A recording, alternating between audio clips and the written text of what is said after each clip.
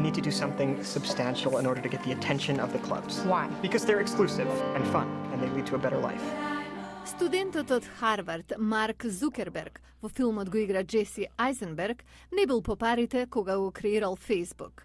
Сценаристот Арон Соркин. It seems to me that there are two motivations. One of them Ми изгледа дека има две мотивации. Тој сака да биде примен во клубот на деца што се кул, а другата е тој имал креативна визија. Друга причина според филмот е одмазда. Додека бил во Харвард, Марк бил оставен од девојката, сакал да му се врати. I don't know if you heard about this new website I launched. No. The Facebook. You called me a bitch on the internet, Mark.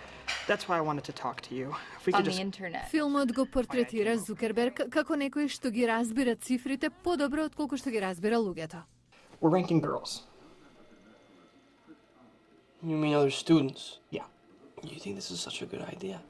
I need the algorithm. Mark. I need the algorithm.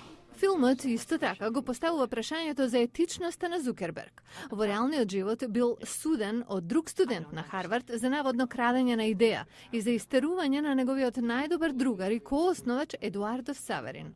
Facebook. Is there anything that you need to tell me? Your actions could have permanently destroyed everything I've been working on. We have been working on. Did you like being a joke? Do you want to go? Судските постапки биле порамнати надвор од судот. Само во првиот викенд на прикажување филмот ги наполни касите на киносалите. Ова е филм вреден за Оскар, за човечка состојба, со одлична актерска екипа и остар диалог.